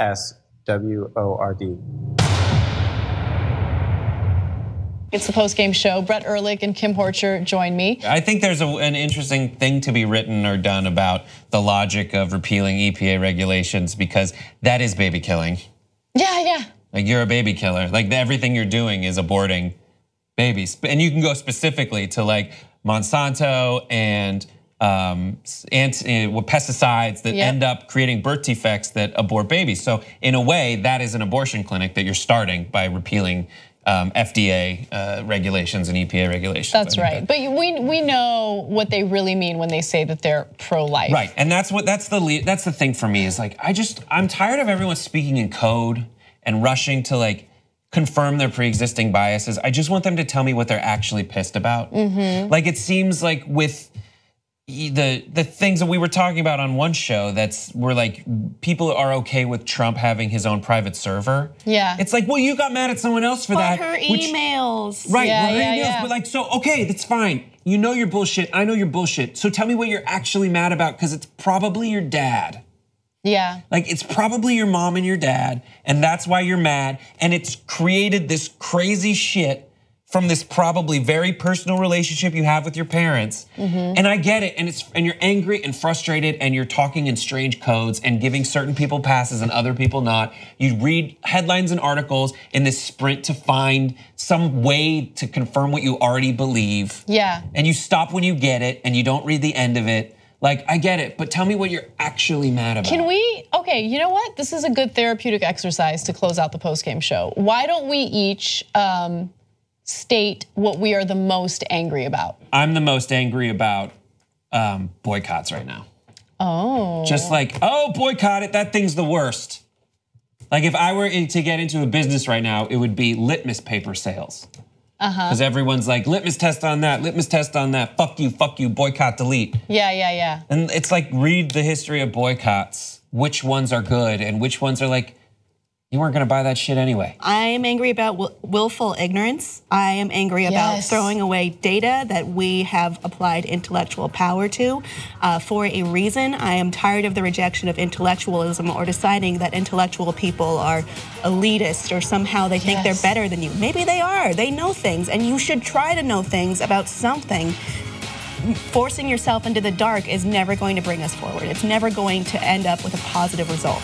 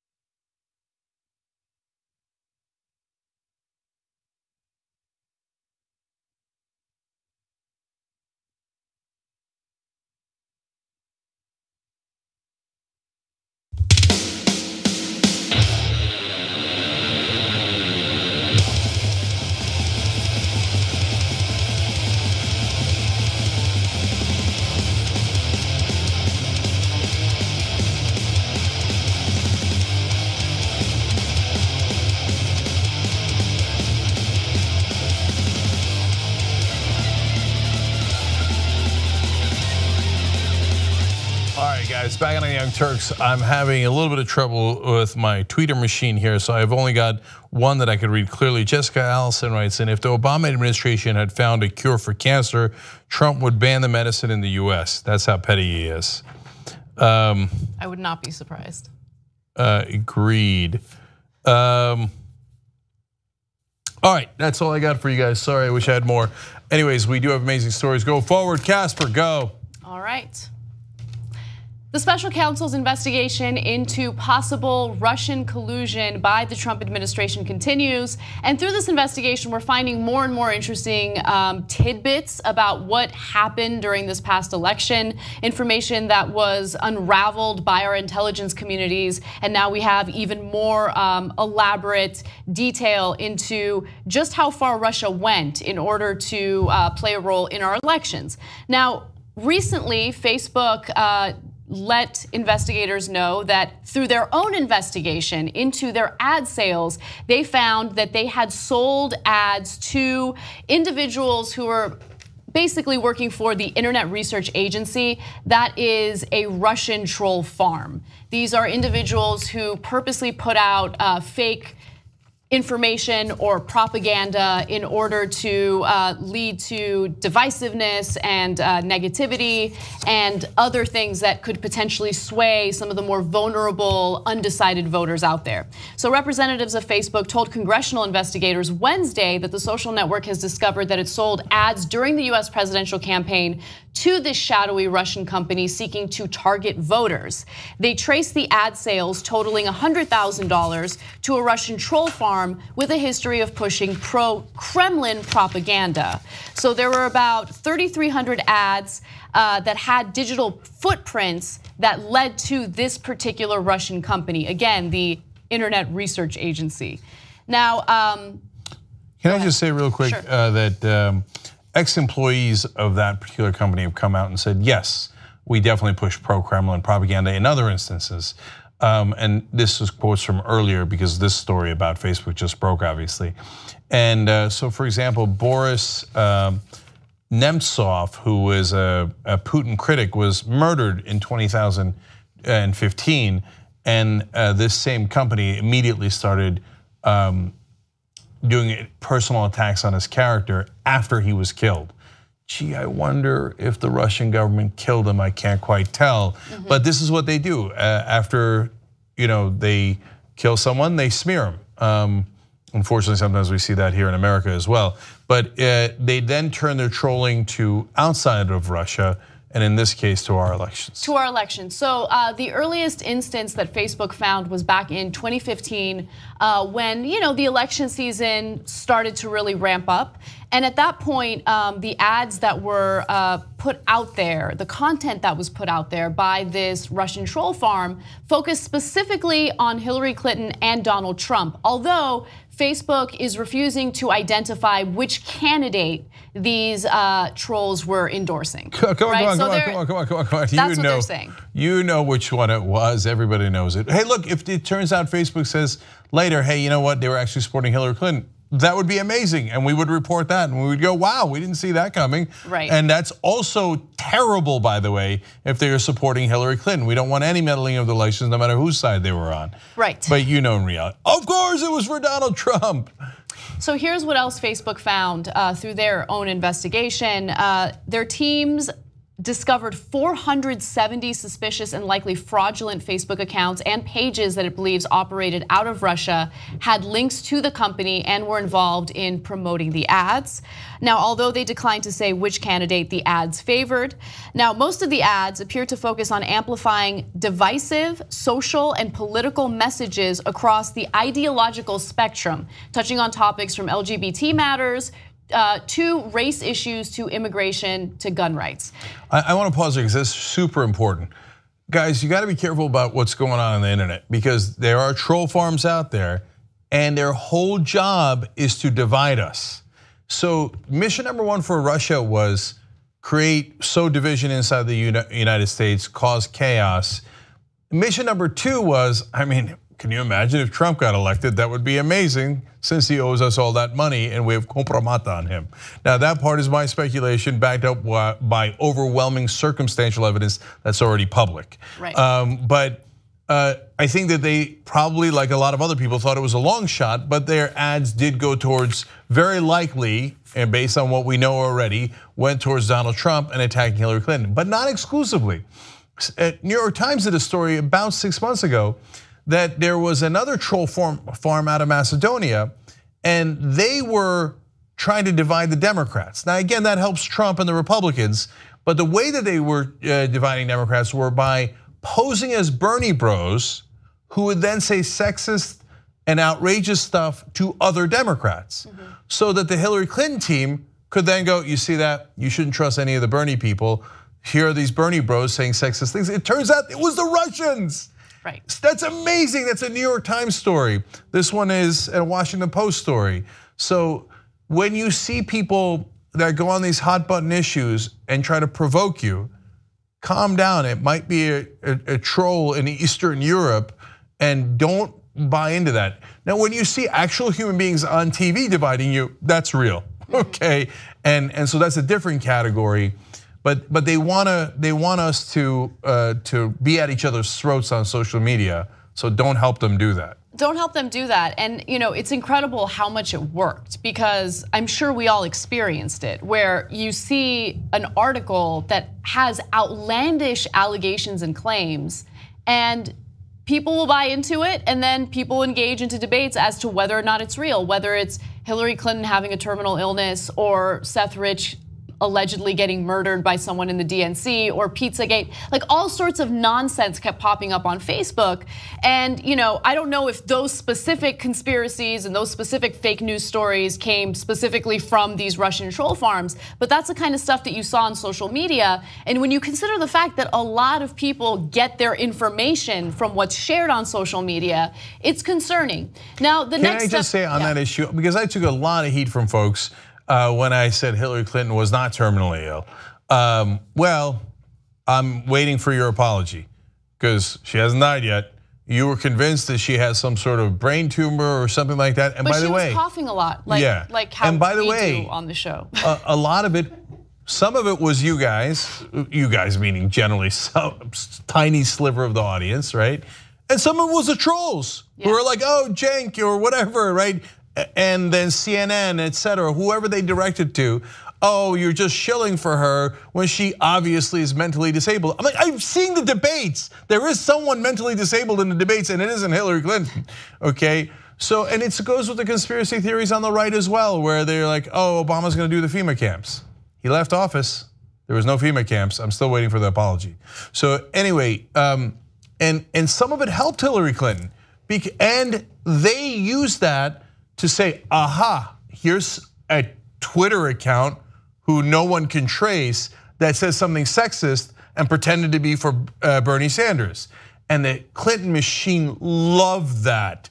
And they would purposely pick that up and go, you see that? Everybody who's in favor of the most liberal senator in the country is sexist and racist. They use it for their own purposes. So there was a lot of bad intent on a lot of sides here. Absolutely. One other thing that I wanted to bring up is, now that we have this information, it's up to investigators to figure out whether or not this is something that the Russian troll farm did on its own with the influence of the Kremlin, or if there was some potential possible involvement by the Trump camp. Whether or not the Trump camp directed individuals to do what they did with these Facebook ads. So the investigation continues. Again, it's a very slow and steady drip of information that we're getting, but considering the fact that in November, Mark Zuckerberg completely denied that there was a fake news problem on Facebook, it's interesting to see how far they've come in kind of accepting what's really going on. No, now there's a ton of connections between Donald Trump and the Russian government during the campaign and way before the campaign. But to be fair, there is no smoking gun yet on this issue of, did the Trump campaign know about the troll farms? I have not seen evidence of that yet, and Facebook has not presented evidence of that yet. So I just want to be fair and clear on that. Why are we suspicious of them? I mean, there's they lied about the meeting that they had with those Russian officials. And 1,000 other things. Yeah. Donald Trump Jr. just came out and said, oh, I met with the Russian lawyers, and I know in the email I said I love it that they were gonna give me information about Hillary Clinton from a foreign source I'm not supposed to get it from. I didn't mean I love it that I'm gonna get that illegal information. I meant that I love it that they were setting up the meeting. It was such a nice thing for them to do. I wasn't trying to get bad information about Hillary Clinton. I was just trying to make sure she was fit for office, wanted to make sure she was okay. Oh, come on, does anybody believe that? Even if you're a right winger, you can't believe that. Come on. So they obviously did want to work with the Russians in some ways. Whether they actually worked with them in this way is yet to be determined. Exactly. All right, let's switch gears to other news. Kentucky currently has one abortion clinic where women can have their reproductive rights and carry out an abortion should they choose to not go through with a pregnancy. However, lawmakers in Kentucky are fighting rather aggressively to shut that last abortion clinic down.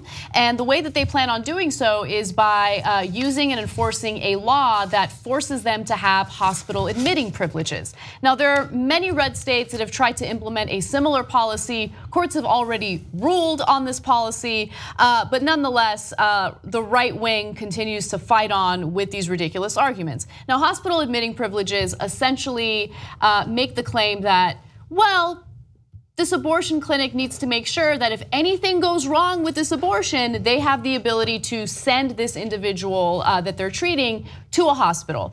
Now, the problem with that is in most red states, a lot of these hospitals refuse to give admitting privileges to the clinics because the hospitals themselves have some religious slant and feel like it's against their morals to do so. But in this case, the abortion clinic did have hospital admitting privileges. It just was considered insufficient by the governor of Kentucky.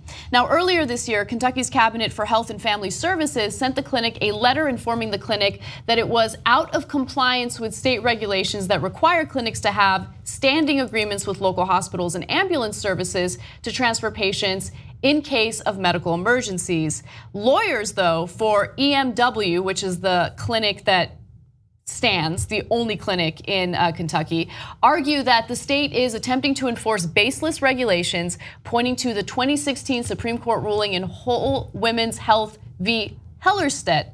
That ruling found that Texas, which had required abortion clinics to have surgical center level facilities and abortion providers to have admitting privileges at nearby hospitals, constituted an undue burden on women seeking abortions.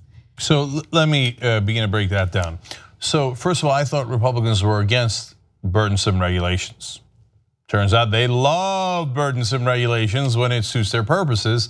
I thought they were for small government. Turns out they love big government with all of its regulations, again, between you and your doctor. Okay, so you're not surprised by that. Second of all, that is a very conservative Supreme Court in 2016 saying, look, it is unconstitutional to interfere with a woman's right to an abortion. And the state of Texas clearly imposed an undue burden that interfered with their right to choose based on nonsense, burdensome regulations that said, oh, you have to follow this procedure and that procedure with nearby hospitals.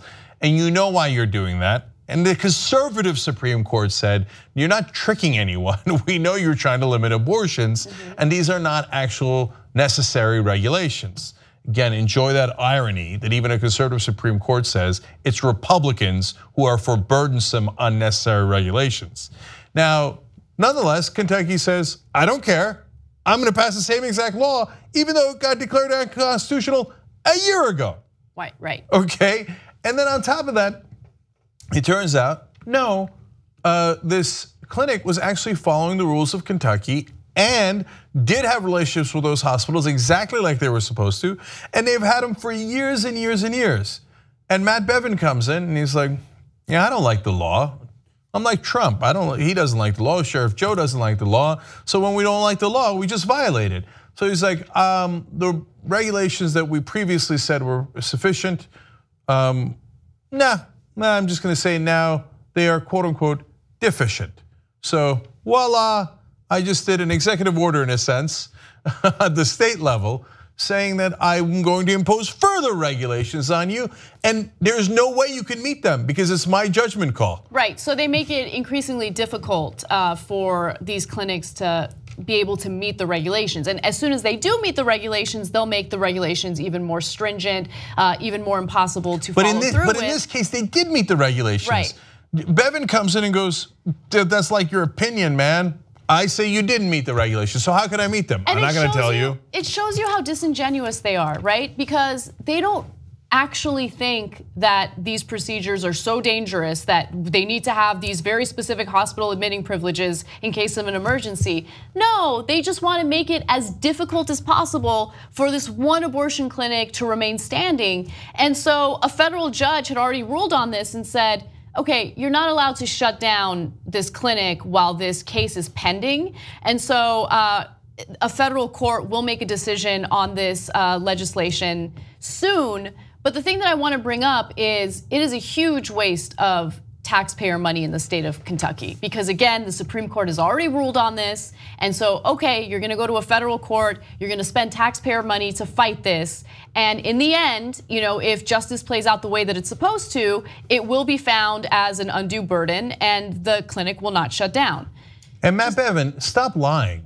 So we know you're pro-life and you admit you're pro-life, and just say, I want to overturn Roe versus Wade. I know this is an illegal law. I know it's an unconstitutional law, but I want to do it anyway just because every single year I want to go to the Supreme Court and try again and again. But you're not being honest about it. Instead, you're now saying you're a champion of burdensome regulations. That's right. Okay, and it's a lie. And your Republican constituents know it's a lie too. So, okay, great. Matt Bevin for further government regulations. Also, I just wanted to quickly note that yesterday, Cenk did a story about a right-winger who wrote a column in the New York Post, I believe, about how we should nuke North Korea because fuck them, right? A conservative said that. Let's nuke North Korea and kill all of these innocent individuals, preemptively, by the way. And this is the same group of people that think, oh, we're pro-life. We can't let women have abortions because you're killing people. You can't kill babies. What do you think you're gonna do when you nuke North Korea? They're just, it's you know what, Anna, that's such. Look, real quick, let me just finish my point because I say this every time we do stories involving reproductive rights. There are definitely Christians out there or conservatives out there in the country who genuinely do believe it's life at the moment of conception, okay? And they live their lives the way that they feel is fit, the way that they feel is moral, but they're usually not the ones that are like, pounding their chests talking about how they have to do away with reproductive rights. The ones who do pound their chests and talk about how they need to do away with reproductive rights, those are individuals who don't really care about life because their policies and what they really push for reveals what they really care about. They just want to control women. They hate that women have the ability to decide their own destiny. They hate that women have the ability to take birth control and decide when they become mothers, if they become mothers. It takes power away from incredibly insecure, pathetic men. And Matt Bevin falls right under that category. Okay, you made such a great point there, and one I hadn't thought of before. The person you're referring to is Ralph Peters. He's a so-called security analyst for Fox News and writes for the New York Post. And he wrote, better a million dead North Koreans than we take any chances with any American lives. So, and he argued for a preemptive strike where we would kill millions of innocent civilians. Now, what I hadn't considered, Anna, is not only are there babies, women, children, men, grandmothers, grandfathers that would be incinerated alive in a nuclear strike, there would also be fetuses. So you would actually be in favor of mass abortions, because when you detonate a nuke and millions of people die, that is probably, in the neighborhood of hundreds of fetuses who you consider life, that's apparently the only life you care about. That's right. That would also be incinerated. So I guess Ralph Peters, Rupert Murdoch, who owns the New York Post, and all those right-wingers who argue for that position are not at all pro-life. They hate the pro-life position. Just be honest with who you are. Yep. All right, let's move on to somewhat lighter news. Let's do a little international news. Japan's population continues to shrink, and part of the reason why is because the birth rate in the country is incredibly low, and that is a problem that we've brought up and talked about on the show quite a bit. However, it is having a real negative impact on the economy in Japan. The workforce needs more workers, and even though there is a problem with the population shrinking, there's also the issue of foreign workers. Japan doesn't have a lot of foreign workers, and so as a result, owners of companies are trying to think of creative ways to get people who don't typically work back into the workforce. And they're focusing specifically on housewives. So there are a lot of convenience store chains or fast food restaurants that are now trying to engage with housewives, and they're trying to convince them to come back into the workforce and go through some training just so they can have enough people to run their companies. Now, McDonald's Japan announced it is beginning a 2-month recruitment drive targeted at housewives under a slogan that roughly translates as McDonald's, no problem, promising new hires both flexibility and good growth prospects. So, can I just say that's a terrible slogan? McDonald's, no problem. I know. Why? Was there a problem? But they're translating it from Japanese. So okay. I'm sure it means like Like, yeah, I know it's a pain in the ass to work, but don't worry, we'll be flexible. You know what I'm saying? Okay, right? Maybe that's a better translation. Yeah. Okay. All right, so housewives, one executive at McDonald's says housewives are a valued labor force because they are very hospitable and are very conscious of cleanliness in our restaurants. I'm glad there's no stereotypes involved, though. Yeah, look, in Japan, the pay gap is actually pretty bad, okay? It is the second worst country in terms of a gender pay gap. So among economically developed countries. Among economically, obviously, yes. But, you know, that probably speaks to why that type of comment is openly made and people don't criticize it, you know? Yep, no question. South Korea, by the way, is the worst in disparity.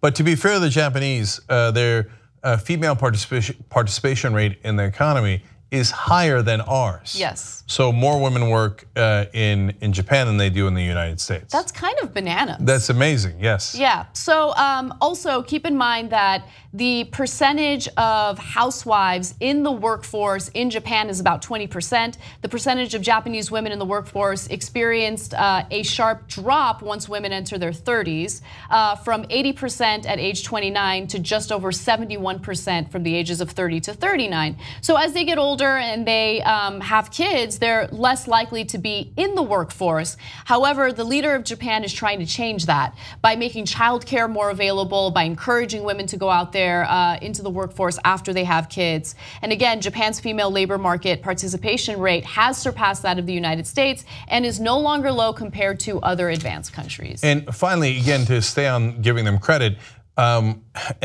it's Shinzo Abe's plan here did work, and it brought more women back into the workforce with a very simple idea, as Anna pointed out. They got kids, and especially the older women who then want to get back into the workforce after initially having kids. So you got to give them child services. And once you do that, it turns out they want to work. But here in America, we're like, oh no, you can barely take any time off, and it might not be paid at all if you have kids right in the beginning, and then later, childcare, we're not gonna give you any stinking childcare. Here's some bootstraps.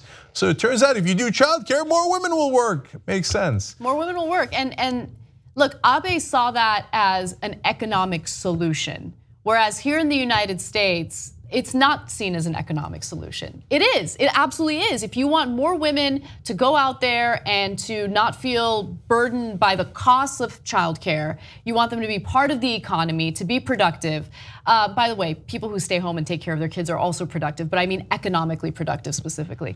If you want it to happen, you need to make it a little easier on them. We don't have mandatory maternity or paternity leave, and we also can't afford, most of us can't afford how expensive childcare is right now. It's so crazy expensive. Like, how do people do it? Like, what if you have kids, what do you do? In the big cities, it's just insane. If you don't live by your parents and family, you're totally screwed. And the government's not gonna help you, nobody's gonna help you. And see, gee, I wonder why the younger generation thinks a mixed economy is not such a bad idea. Exactly. All right, what's next? All right, the story that I've been dying to get to. A woman threw her own feces outside of a window during a debate, not a debate. Now that's an awesome Freudian slip. Okay, in a debate with Bernie Sanders now, okay. That's not right, I denounce and reject ourselves.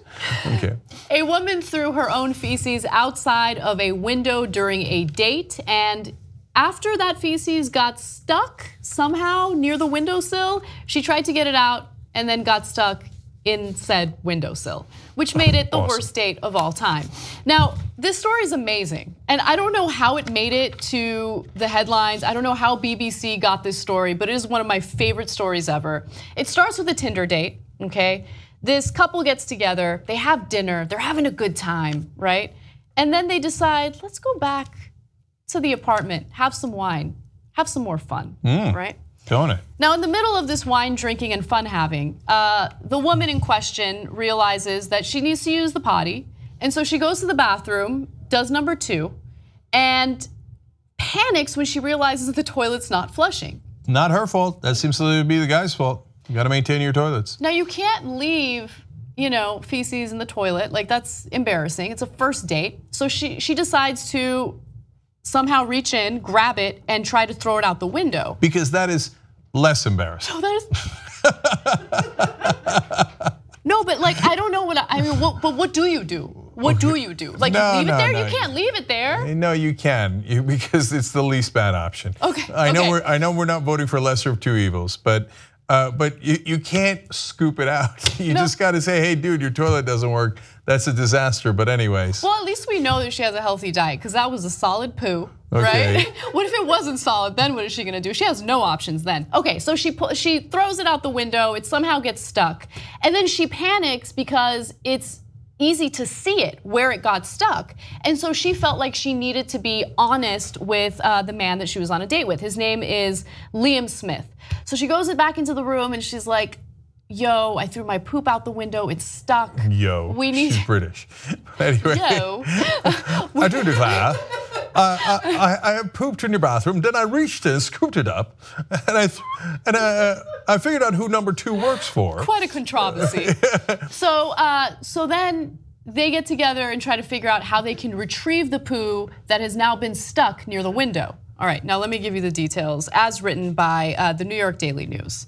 Now, let's go to graphic 24. His date was able to, sorry, let's go to graphic 23. The window the woman used opened into a gap that was separated by another window, which is where the poop was stuck. Smith said he left the bathroom to get a hammer to smash the window, but his date decided to try to climb through and got trapped. Yeah. So at this point, Liam Smith knows what's going on. He's like, okay, we need to retrieve the poo. Let me go get a hammer and break the window. And so as he was doing that, she's like, no, I'm taking matters into my own hands, which apparently is a really bad idea for her to ever do. She tries to go through and then she gets stuck.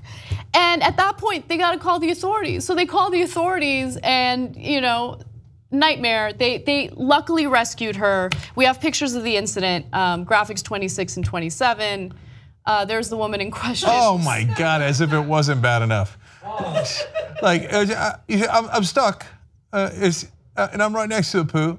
Oh God. Please, someone help me. Oh my God, is that her feet up in the ceiling? Yes. How did this happen? How did she do that? I don't know.